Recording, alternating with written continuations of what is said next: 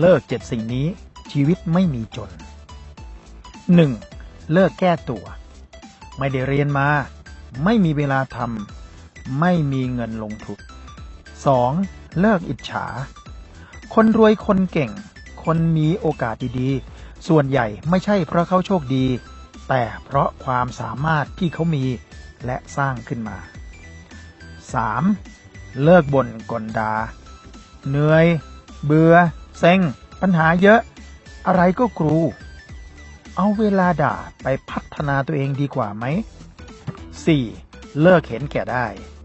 อยากได้อะไรง่ายๆผลตอบแทนเยอะๆฟรีๆไม่ต้องมีการลงทุน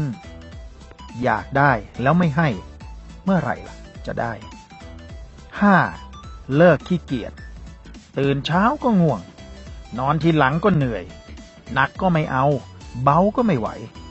ถ้าไม่ยืนหยัดเพื่ออะไรก็อย่าหวังจะได้สิ่งที่ต้องการ 6. เลิกโชว์คนมั่งมีมักไม่โชว์เพราะคนเขารู้ว่ามีแต่คนมีมั่งไม่มีมั่งมักโชว์ได้โชว์ดีเพราะคนมันไม่เคยมี 7. เลิกสาปแช่งตัวเองโชคไม่มาการศึกษาไม่ดีไม่มีเงินตราวาสนาต่ำต้อย